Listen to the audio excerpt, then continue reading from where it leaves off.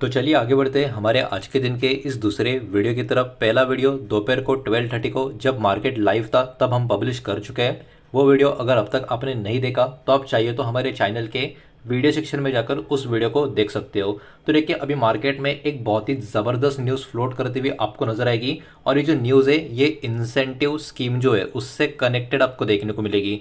पूरा डेटा क्या है मैं सब कुछ आपको यहाँ पर बताने वाला हूँ, प्लीज़ वीडियो के साथ बने रहे। उसके पहले जरा आज के मार्केट को देख लेते हैं और मार्केट के ऊपर थोड़ा सा डिस्कशन कर लेते हैं। तो देखिए सबसे पहले निफ्टी की बात करें, आज की 24,870 के करीब निफ्टी की क्लोजिंग आज के दिन आ चुकी है। 0.40 मतलब ओके टाइप की तेजी, फ्लैट पॉजिटिव से थोड़ी अच्छी तेजी आज के दिन मार्केट में हमको देखने को मिली। देखिए आई थिंक कल या परसों भी हमने निफ्टी का ऐसे ही पर्टिकुलर बात किया था और उसमें मैंने एक बार आपको बोली थी कि 24,800 के ऊपर जब तक निफ्टी की क्लोजिंग कुछ दिनों तक लगातार डेली कैंडल पर नहीं आती तब तक मार्केट में जो भी तेजी होगी उसके ऊपर हम बिल्कुल भी यकीन नहीं करेंगे।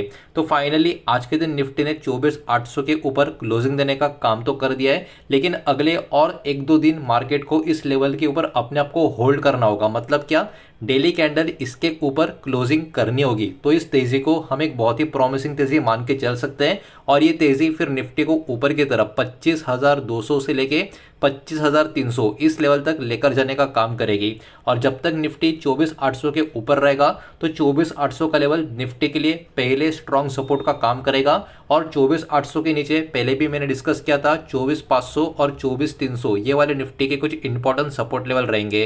तो अभी याद रखना 24,800 के ऊपर निफ्टी आ चुका है तो अभी के लिए हम 24,800 को सपोर्ट मान के चलेंगे और जितना टाइम निफ्टी 24,800 के ऊपर रहेगा 25,200 25,300 आने का चांस निफ्टी का उतना ही ज्यादा यहाँ पर बना रहेगा। अभी यहाँ पर आप 6 महीने का पैटर्न या 1 महीने का पैटर्न या ईयर टिल डेट का पैटर्न या इवन 1 साल का पैटर्न देखोगे तो थोड़ा सा डेटा यहाँ पर मैं आपको बताना चाहूंगा।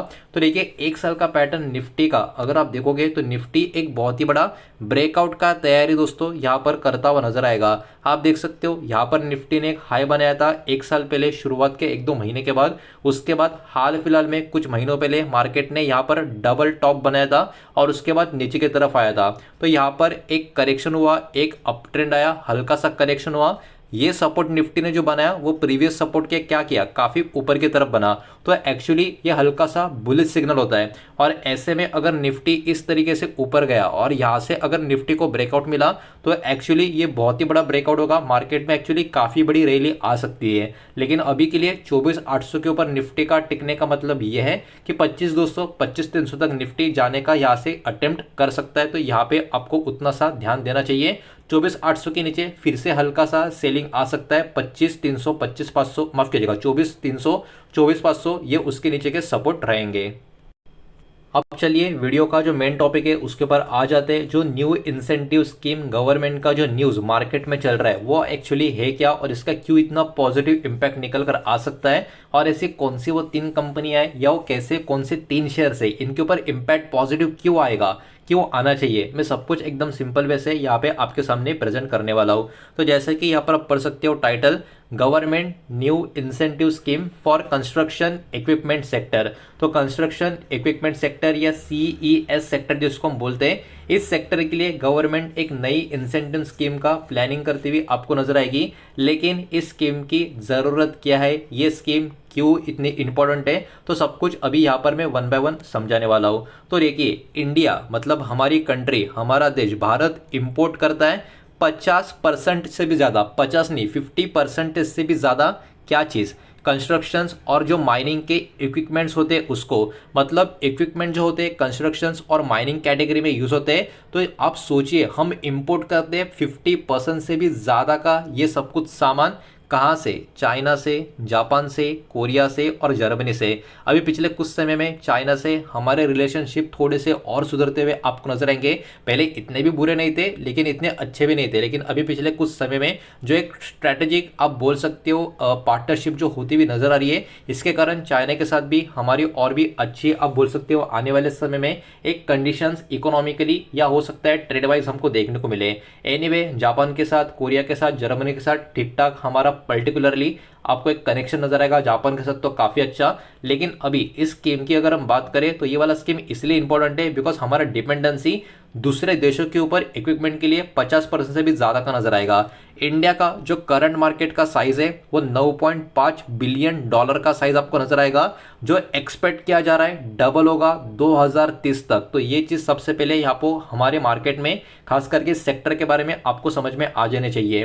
तो देखिए, ये जो इंसेंटिव स्कीम का जो प्लान चल रहा है, इसके पीछे का सबसे बड़ा एम जो है वो ये है कि बूस्ट करना लोकल मैन्युफैक्चरिंग को और रिड्यूस करना इंपोर्ट्स को। बिकॉज जितना हम ज़्यादा डिपेंडेंट बने रहेंगे और बार बार इंपोर्ट करते रहेंगे, ऑब्वियस सी बात है एक्स्ट्रा पैसा तो जाएगा ही जाएगा। तो एक्स्ट्रा पैसा ना जाए और लोकल मैन्युफैक्चरिंग को बूस्ट मिले, उसके लिए ऑब्वियस सी बात है गवर्नमेंट की तरफ से इंसेंटिव स्कीम की ज़रूरत पड़ती रहती है। और उसी के ऊपर दोस्तों यहाँ पर ये पर्टिकुलरली प्लान निकल कर आ रहा है। तो बात यहाँ पर ये निकल कर आ रही है, अब तक ये ऑफिशियल नहीं है, इस बात को यहाँ पर आप प्लीज़ ध्यान में रखें। गवर्नमेंट कहीं ना कहीं 13,000 से लेके 16,000 करोड़ का इंसेंटिव और सब्सिडीज इस सेक्टर के लिए देने का विचार करती हुई नजर आ रही है। इसके बारे में कोई ना कोई ऐलान आने वाले कुछ समय में आता हुआ नजर आ सकता है। ऐसे बहुत सारे अलग अलग मीडिया रिपोर्ट्स में आपको धीरे धीरे आज के दिन से देखने को मिल जाएगा। इसलिए इस इंडस्ट्री के ऊपर आपका यहाँ पर ध्यान होना चाहिए।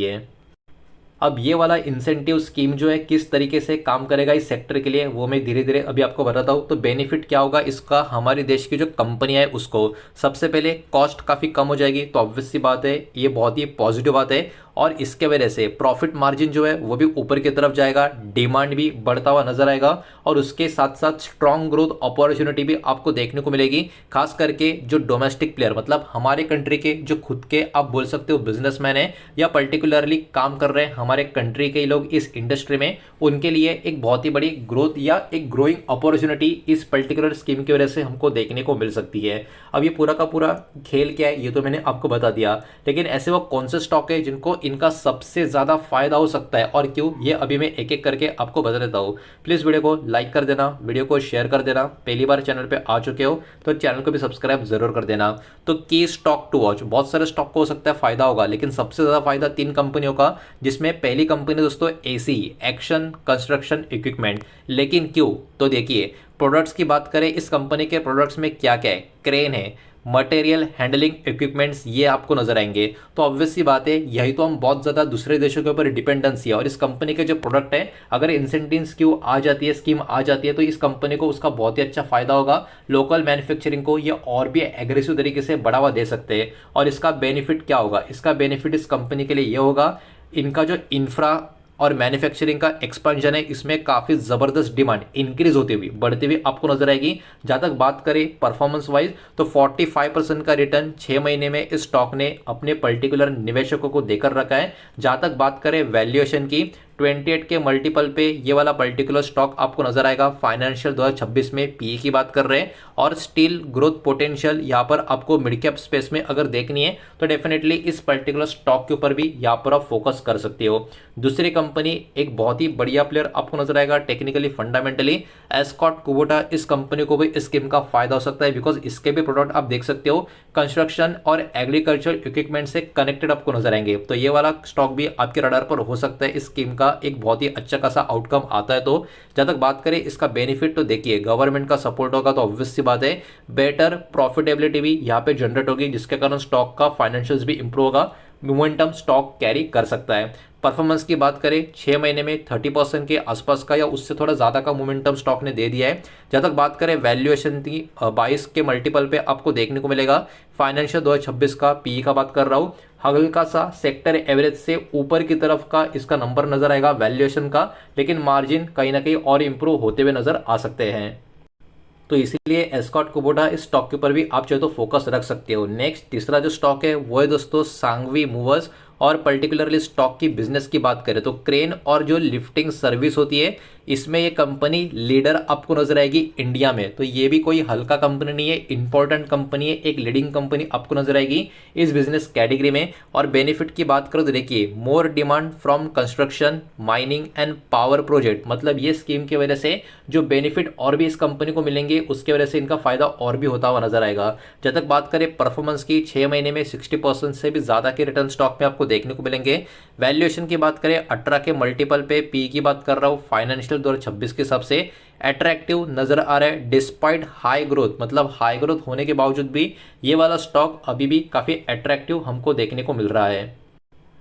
तो यहाँ पर आपको इस इंसेंटिव स्कीम जो है इस ऐलान के ऊपर थोड़ा सा आपको ध्यान देना है, बिकॉज अभी भी ये पूरी तरीके से ऑफिशियल खबर नहीं है। बहुत सारे मीडिया के जो सोर्सेस है या मीडिया के जो रिपोर्ट्स है उनके थ्रू ये खबर मार्केट में आज के दिन जस्ट मार्केट बंद होने से कुछ घंटों पहले आती हुई देखने को मिली है। तो वीडियो की समरी या कंक्लूजन की बात करें तो देखिए, गवर्नमेंट स्कीम जब लाती है किसी भी इंडस्ट्री के लिए, किसी भी सेक्टर के लिए, तो उसके वजह से हमारी लोकल कंपनियां या इंडियन कंपनीज को डबल ग्रोथ का एक बहुत ही जबरदस्त अपॉर्चुनिटी मिलता है। आप बोल सकते हो ग्रोथ का एक बहुत ही बढ़िया अपॉर्चुनिटी इसके वजह से मिल जाता है। इंसेंटिव स्कीम जो होती है ये कहीं ना कहीं इंक्रीज भी कर देती है बहुत ज़्यादा डिमांड, जिसके वजह से प्रॉफिटेबिलिटी भी काफ़ी ज़्यादा इंप्रूव होती हुई हमको नजर आती है। और ये तीन कंपनियां जो हमको अभी हमने इस वीडियो के माध्यम से देखी है, ये डायरेक्ट बेनिफिशियरी आपको नजर आएंगे। खास करके कंस्ट्रक्शन इक्विपमेंट सेक्टर का जो बूम है उसको अगर आपको प्ले करना है तो, हालांकि ये कोई टिप नहीं है ना ही कोई ये एडवाइस है आपको इनमें से किसी भी स्टॉक में बाय सेल या होल्ड करने की। आपको जो भी करना है खुद का स्टडी रिसर्च करने के बाद ही करना है। उम्मीद करता हूँ वीडियो आपको पसंद आया होगा, समझ आया होगा। तो वीडियो को लाइक करें, दोस्तों शेयर करें। पहली बार चैनल पे आ चुके हो तो सब्सक्राइब भी कर देना, और कोई भी स्टॉक में निवेश करने से पहले खुद की स्टडी रिसर्च जरूर करें, फाइनेंशियल एडवाइजर की सलाह जरूर ले। मिलते हैं नेक्स्ट वीडियो में, धन्यवाद।